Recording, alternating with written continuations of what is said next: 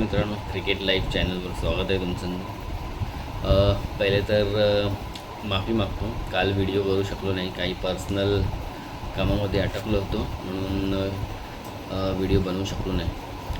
काल इंडिया जिंकली आणि सिरीज जिंकली मेन म्हणजे, तर आज व्हिडिओ बनवतो आहे. डिसायडर होती कालची मॅच, 1-1 ऑलवर होती सिरीज आणि फायनली इंडियाने 21 मॅचच्या नंतर एक टॉस जिंकला के एल राहुलनी आणि टॉस जिंकल्या बॉलिंगचा निर्णय घेतला. कारण ड्यू वगैरेचा मॅटर आहे सध्या इंडियामध्ये, विंटर सीझन चालू आहे.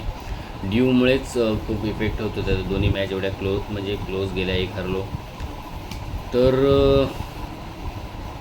त्याचा फायदा झाला टॉस जिंकण्याचा.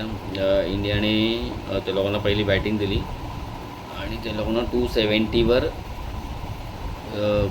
ऑल विकेट डाऊन करून टाकले त्यांना पुढे रन्स करणं खूप मुश्किल झालं. डिकॉक जो पूर्ण सिरीजमध्ये एवढा चांगला खेळताना दिसत होता, आज मात्र खेळला तो. ह्या लोकांचं इतके चुकलं असं मला वाटतं साऊथ आफ्रिकेचं, की त्या लोकांनी मार्क्रम जो एवढा चांगला खेळत होता त्याला रिकल्टनला ओपनिंगला खेळवण्यासाठी त्याला 5 नंबरवर केला. रिकल्टननी ओपन केलं, तिथेच थोडं इश्यू झाला असावा, कारण चांगली स्टार्ट नाही मिळाली. रिकल्टन पहिल्याच ओव्हरमध्ये आऊट झाला 4 रन्स करून. बहुमाने आणि डिकॉकने पार्टनरशिप चांगली केली, पण सुरुवातीला खूप स्लो खेळत होते. सुरुवातीला 5-7 ओव्हरमध्ये काहीतरी 22 रन्स वगैरे होते त्यांचे, आणि नंतर त्या लोकांनी थोडं चार्ज केलं आणि मग थोडं 5 रन्स पर ओव्हरच्या पुढे गेले. त्यांची पार्टनरशिप चांगली झाली, ती खूप डेंजर वाटतच होती. आणि लकीली तेव्हा बहुमाचं विकेट घेतला जडेजाने, म्हणजे पार्टनरशिप ब्रेक केली. त्याच्यानंतर त्यांचं म्हणजे पार्टनरशिप मोठी झाली नाही, पण चांगले खेळत होते. ज्या स्टार्ट मिळाला, पण ते लोकांनी माहिती नाही, खूप घाई, मला वाटतं ते लोक ठरवूनच आलेले 300-350 करायचे आणि त्याच इंटेंटने खेळताना त्यांचे विकेट लवकर गेले. ब्रेट्स्की आला जो स्टेडी खेळतो, अँकर करतो, पण तो खूप फास्ट खेळताना दिसला आज. 23 बॉलमध्ये 24 करून आऊट झाला, 2 6 मारले. तर त्याच्यानंतर लगेचच पुढच्या ह्याच्या ओव्हरमध्ये मार्क्रम देखील आऊट झाला 1 रन करून. तर त्याच्यामुळे थोडा त्यांचा स्कोरिंग इकडेच कमी झाला, रन रेट.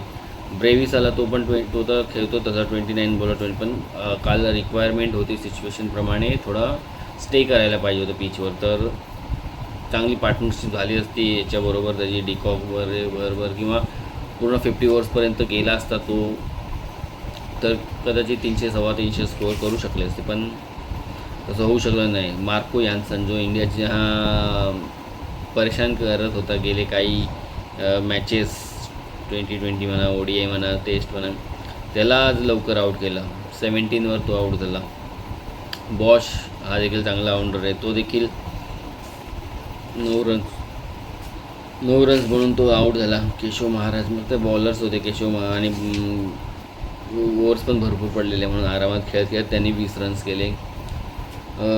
बॉलिंग पहिला हा प्रसिद्ध कृष्णा आज माहिती नाही काय खाऊन आलेलं. पहिल्या तर स्पेलमध्ये खूप मार पडली त्याला, नंतरच्या स्पेलमध्ये येऊन त्यांनी खूप इम्पॉर्टंट विकेट्स काढल्या आणि 4 विकेट्स लास्टला मिळालं. तरी पण रन्स 66 दिले आहे 9.5 ओव्हर्समध्ये. तरी अजून थोडं त्याच्या बॉलिंगबद्दल मी तरी एवढं कॉन्फिडंट नाही की तो कन्सिस्टन्सी दाखवेल. काल पडली त्याची बॉलिंग चांगली, किंवा माहिती नाही त्याला होतं काय, विकेट मिळाली. हर्षदीपने ह्या पूर्ण सिरीजमध्ये चांगली बॉलिंग दिली. 8 ओव्हर्स 1 मेडन 36 रन 1 विकेट. हर्षित राणा 8 ओव्हर 2 मेडन्स 44 विकेट नाही आहे. प्रसिद्ध कृष्णा 9.5 ओव्हर्स 66 रन्स आणि 4 wicket. Jadeja 9 over 50 runs 1 wicket. Kuldeep Yadav 10 overs 1 maiden 41 run 4 wicket. Kuldeep Yadav देखील सुरुवातीला त्याला पण चांगलंच खेळले होते आणि त्याचा पण इकॉनॉमी खूप जास्त होता, पण नंतर त्याने कमबॅक केला आणि शेवटच्या विकेट पटापट काढल्या. 2 त्याच्या ह्या विकेट होत्या, एक ब्रेविस, आणखीन बॉश, पुन्हा मार्को यान्सन आणि लुंगी एनगिडी त्यातले हे 3 त्याचे चांगले विकेट्स होते कुलदीपचे. तर इंडियाने कमबॅक केला इंडियाने, त्या कारण त्या लोकांना तशी चांगली एक विकेट लवकर गेला तरी स्टार्ट चांगली दिलेली बहुमानी आणि लोकांनी 150+ काय 49ची वगैरे पार्टनरशिप केली होती त्या लोकांनी. इंडिया चेझिंगला आलं, सिम्पल टार्गेट होतं पण तरीसुद्धा ते पण अचीव करायचं असतं. तर आमचे 2 स्टॉलवर्ड रोहित शर्मा आणि विराट कोहली पुन्हा एकदा चांगली बॅटिंग करताना दिसले. आणि यशस्वी जयस्वाल फ्युचर स्टार त्यांनी 116 नॉट आऊट केले 121 बॉलमध्ये 12 फोर्स 2 6. रोहित शर्मा 73 बॉल्स 7 4 3 6. विराट कोहली आज भन्नाट फॉर्ममध्ये होता 45 बॉल्स 6 4 3 6. आणि आज म्हणजे ही सिरीजच पूर्ण विराट कोहलीने अशी बॅटिंग केली जी तो यंग असताना म्हणजे 2016मध्ये जशी बॅटिंग करत होता तशी त्याची ह्या सिरीजमध्ये बॅटिंग बघायला मिळाली. इवन ऑस्ट्रेलियामध्ये पण त्यांनी एक 100 आणि केले होते पण ती एवढी इनिंग्स हे नव्हती. पण ह्या ज्या 3 इनिंग होत्या सुपर. तर या दोघांच्या रोहित शर्माच्या आणि गौतम गंभीर विराट कोहलीच्या इनिंग्स अशा आल्या आहेत की आता गौतम गंभीर सिलेक्शन कमिटी यांना प्रश्न आता पडला आहे की आता ह्या लोकांना वर्ल्ड कप तर खेळवावाच लागेल. कारण फिटनेस बॅटिंग फॉर्म सगळ्याच गोष्टीमध्ये या लोकांनी टॉप केलं आहे. विशेषतः रोहित शर्मा. विराट कोहलीचा तर फिटनेस नेहमीच चांगला आहे. विराट आणि रोहित शर्माने ज्या पद्धतीने स्वतःवरच्या फिटनेसवर काम केलं ते दिसलं. वेट कमी केलं आहे. फिल्डिंगमध्ये पण 1-2 त्यांनी मस्त बाउंड्री म्हणू शकत नाही पण बॉल चांगले अडवले. परत DRS वगैरे घेताना रोहित शर्माचा विराट कोहलीचा यांचा खूप रोल चांगला असतो. रोहित शर्मा जेव्हा घ्यायची गरज नसेल तेव्हा KL राहुलला सांगत असतो. तर ह्या गोष्टी पण बघताना खूप फन येते, मजा येते. कारण कुलदीप यादव नेहमीच रिव्ह्यू घ्या त्याला नेहमीच वाटतं की विकेट गेला आहे जरी अंपरने आऊट दिला असेल LBW वगैरे आणि रिव्ह्यू फुकट घालतो. पण रोहित शर्माला माहिती आहे तो बघतो आणि तो सजेस्ट करतो की बाउन्स आहे, पिच ऑफ स्टंपच्या बाहेर बॉल पिच करतो आहे, मिस करतो आहे स्टंप. तर तो गाईड करत असतो बॉलरला देखील आणि विकेट किपर KL राहुलला कॅप्टन्सला. तर ते बघताना खूप मजा आली आणि त्यांचे जे कम्युनिकेशन होतं ते. तर सिरीज खूप छान झाली. आता ODI सिरीज चालू होते, बघूया सूर्यकुमार यादवची यंग टीम काय प्रभाव.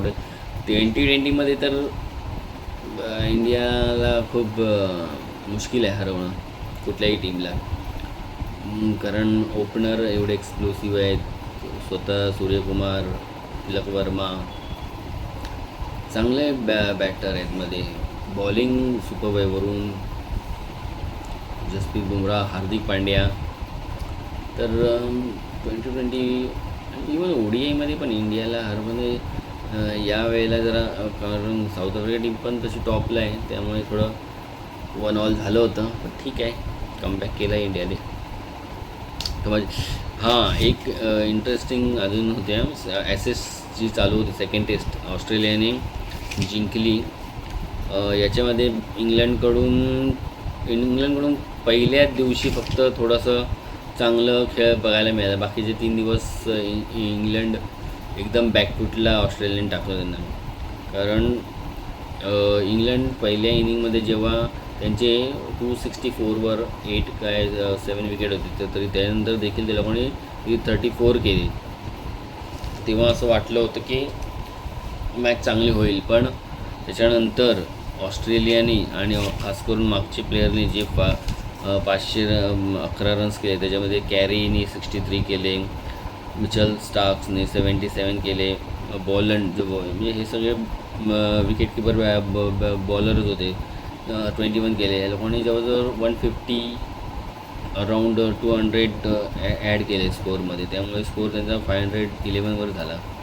आणि सेकंड इनिंगला काय टार्गेट फक्त 69च मिळालं होतं, म्हणजे 2 विकेटवर ऑस्ट्रेलियाने इझिली केलं. आणखीन एक इंटरेस्टिंग मॅच झाली त्या दिवशी पण. मी न्यूझीलंड आणि वेस्ट इंडिजच्या मॅचबद्दल बोललो होतो की वेस्ट इंडिजला न्यूझीलंडने टार्गेट दिले 517 आणि त्या दिवशी एंड ऑफ द डे त्यांची 254वर 4 विकेट होते. शाय होप खेळत होता. आणि दुसऱ्या दिवशी मी बोललेलो हे लोक क्लोज तरी येतील किंवा हरतील तरी, म्हणजे एकदमच पटापट विकेट जातील. पण तसं झालं नाही. ते लोक एवढे क्लोज आले की 457 फॉर 6 विकेट आणि मॅच ड्रॉ झाली, कारण 5th डे होता. म्हणजे 60 रन्सने फक्त हरले. ते जर थोडा अजून वेळ मिळाला असता किंवा अजून थोडे फास्ट केले असते तर कदाचित अजून मॅच इंटरेस्टिंग झाली असते, जिंकण्याचं अजून जवळ आले असते की जिंकले असते. पण मस्त वेस्ट इंडिज काही करतं, कधी एकदम 100च्या आत ऑल आऊट पण होतील, कधी 450 प्लस 500 प्लसच्या चेझिंग करण्याच्या क्लोज पण जातील. त्याच्यामध्ये शाय होपने सेकंड इनिंगमध्ये 140 केले आणि हा ग्रेव्हिस जो आहे 6 नंबरवर आले त्याने 202 केले आणि रोज जो बॉलर आहे त्यांनी 52 नॉट आऊट. तर असं कॉन्ट्रीब्युशन होतं. तर मस्त ती टेस्ट मॅच झाली.